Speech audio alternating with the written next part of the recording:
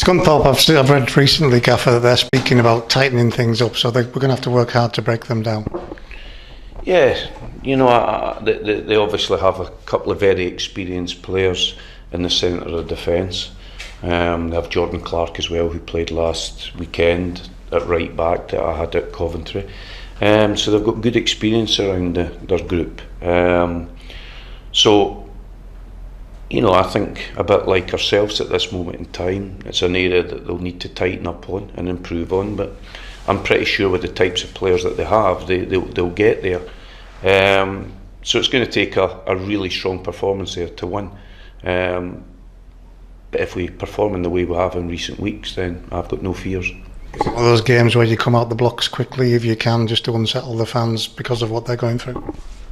Yeah, I think that when you're playing against a team that's going through an indifferent period, a team where expectations really high in this league, that you want to deflate them quickly, and you want to get the supporters on their backs. That's an important part of it. So you can only do that by starting aggressively and getting the upper hand in the game. We've seen it so many times. We went through it ourselves. You come down from League One that first season. League Two's a shock. League Two is a shock.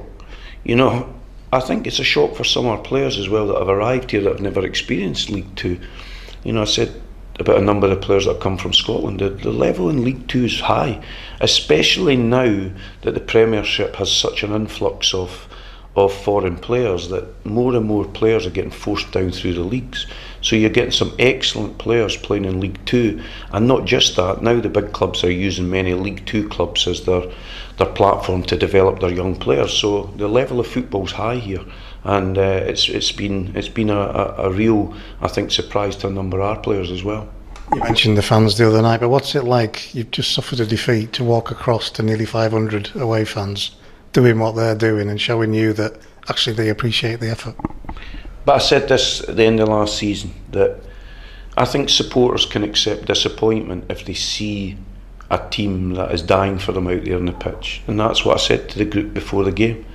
I said we have to play our intense football. I made again reference to supporters. When 500 come down, you've got to understand what it's like to be a Carlisle supporter. They have to travel enormous distances, spend a lot of money, and it's our duty to make them proud of their team.